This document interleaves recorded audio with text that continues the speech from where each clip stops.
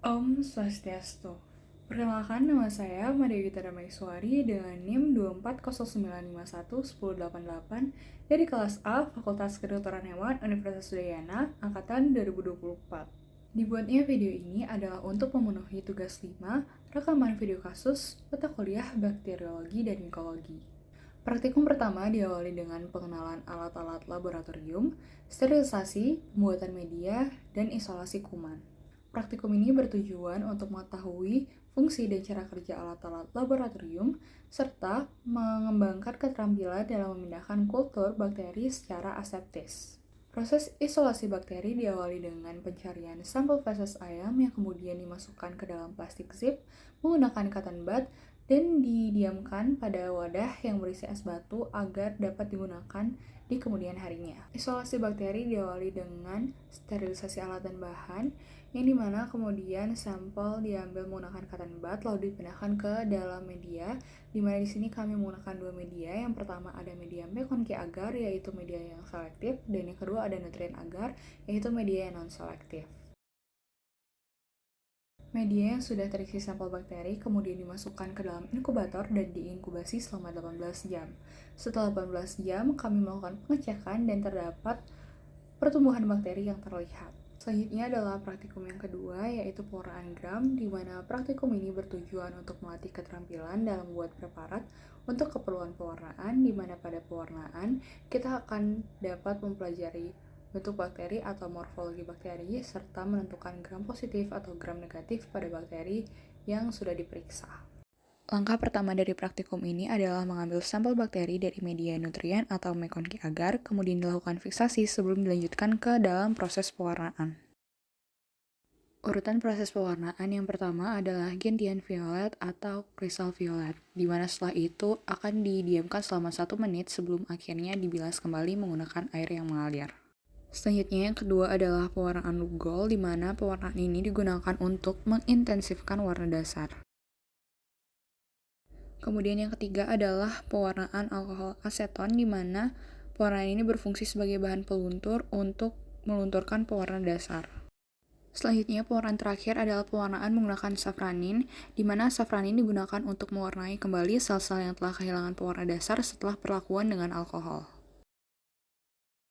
Dari praktikum ini, kami mendapatkan hasil yang pertama dari bakteri media nutrien agar menunjukkan sifat gram positif, bentuk bacillus, dan susunan rantai. Dari hasil pengamatan ini, kami berasumsi bahwa sampel bakteri yang kami gunakan merupakan bakteri Streptobacillus dikarenakan bentuknya yang silinder dan memiliki susunan rantai. Kemudian yang kedua merupakan bakteri dari media McConkie agar menunjukkan sifat gram negatif, namun bentuk dan susunannya tidak dapat diidentifikasi dikarenakan keterbatasan dalam penggunaan mikroskop.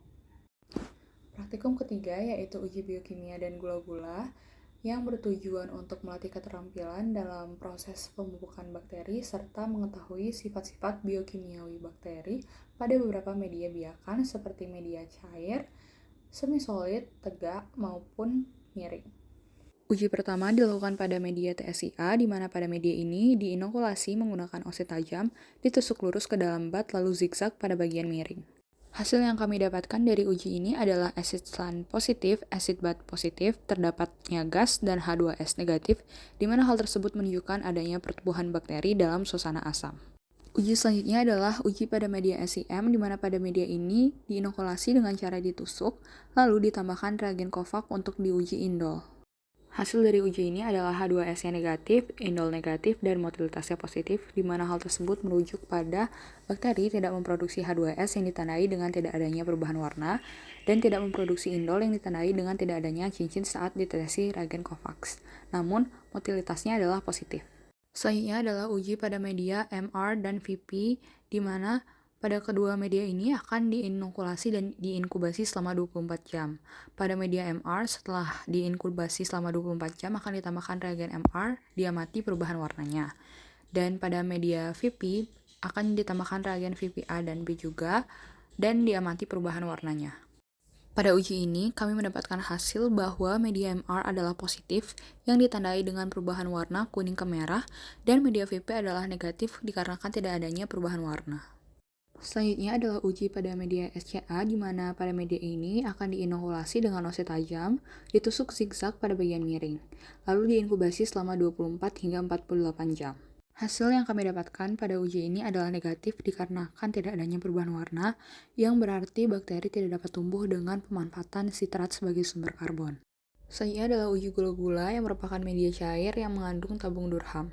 Pada media ini akan diamati perubahan warna dan pembentukan gas. Hasil yang kami dapatkan merupakan hasil positif, di mana terjadinya perubahan warna dari biru ke kuning, yang berarti bakteri dapat memfermentasi karbohidrat, namun untuk gas adalah negatif dikarenakan tidak adanya gas, yang berarti bakteri tidak dapat memproduksi gas sebagai hasil sampingan.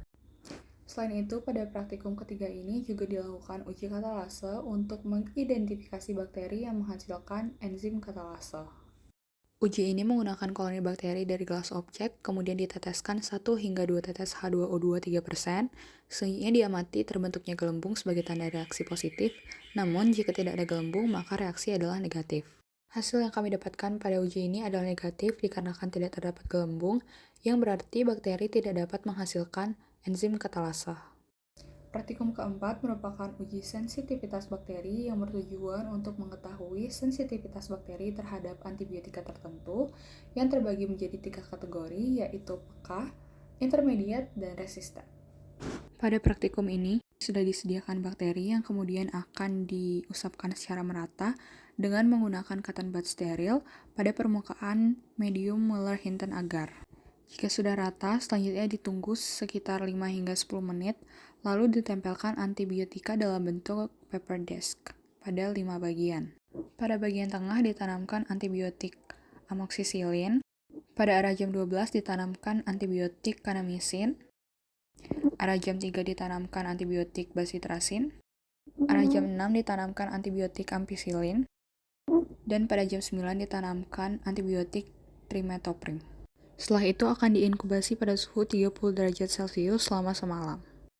Setelah diinkubasi, lalu diamati dan dicatat hasil killing zone yang terbentuk pada masing-masing paper disc. Kami mendapatkan hasil bahwa bakteri Staphylococcus bersifat intermediate terhadap antibiotik amoxicillin. Namun hasil pengamatan kami ini tidak didukung oleh kebanyakan artikel dan jurnal yang ditemukan dikarenakan bakteri Staphylococcus bersifat resisten terhadap antibiotik amoxicillin.